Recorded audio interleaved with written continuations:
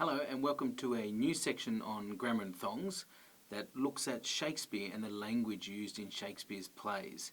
A section I like to call BARD Talk, all about the Bard.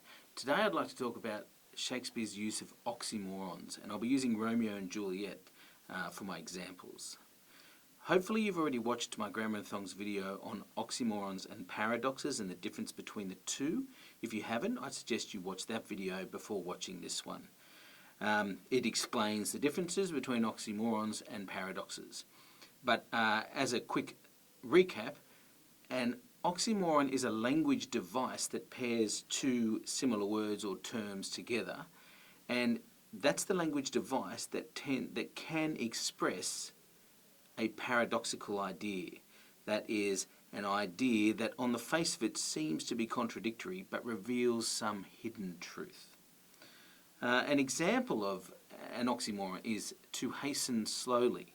Now this one isn't directly from a Shakespeare play, although Shakespeare does allude to this idea of hastening slowly quite a lot. Indeed, in Romeo and Juliet, Friar Lawrence's advice to the young Romeo, who is in a hurry to run off and get married to Juliet, is that he should proceed wisely and slowly, for they stumble that run fast.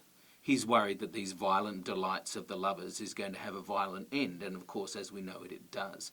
So his advice essentially is to hasten slowly. And this idea goes all the way back to the Roman emperors. Augustus used to tell his generals in war to hasten slowly. And what he meant by that was plan in advance. Think about obstacles that may come up, and spending a bit of time before you rush into battle or rush into a situation, anticipating problems that come up and planning for those can actually make your progress faster in the long run. So you hasten slowly. A great idea, a big idea, sort of distilled down into two words in this very clever oxymoron. The reason oxymorons work so well in Romeo and Juliet is because so many of the themes in this play are about the existence of those two opposite ideals and how sometimes they intersect. Some of the big themes in Romeo and Juliet are love and hate.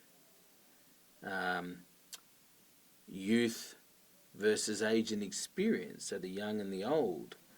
The idea of the intersection between life and death. There's a lot of symbolism dealing with light and dark. The nightingale and the lark, for example. And you can see how these all intersect, light and dark and love and hate and life and death. Even the families themselves, the Montagues and Juliet's family, the Capulets, sort of represent these opposites. So oxymorons work really well. Well, probably the most famous oxymoron in the play is parting is such sweet sorrow, which I talked about in my other video. Sweet sorrow is the oxymoron. Sweet is sort of the opposite of bitter, and sorrow tends to be a bitter feeling or state of being. But this oxymoron expresses that bigger idea that you can have joy and sorrow within love, and when you leave a loved one, the anticipation of seeing them again can bring you joy even in your sorrow. So probably the best passage to look at all of the oxymorons or some of the oxymorons in Romeo and Juliet is this one from Romeo, from Scene 1, Act 1. This one over here was Scene 2, Act 2, by the way.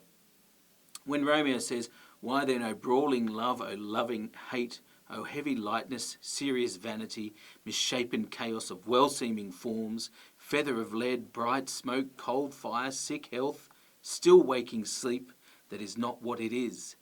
He is in a state. He is upset that he loves Rosalind at this point. He's head over heels for her, but she does not love him back.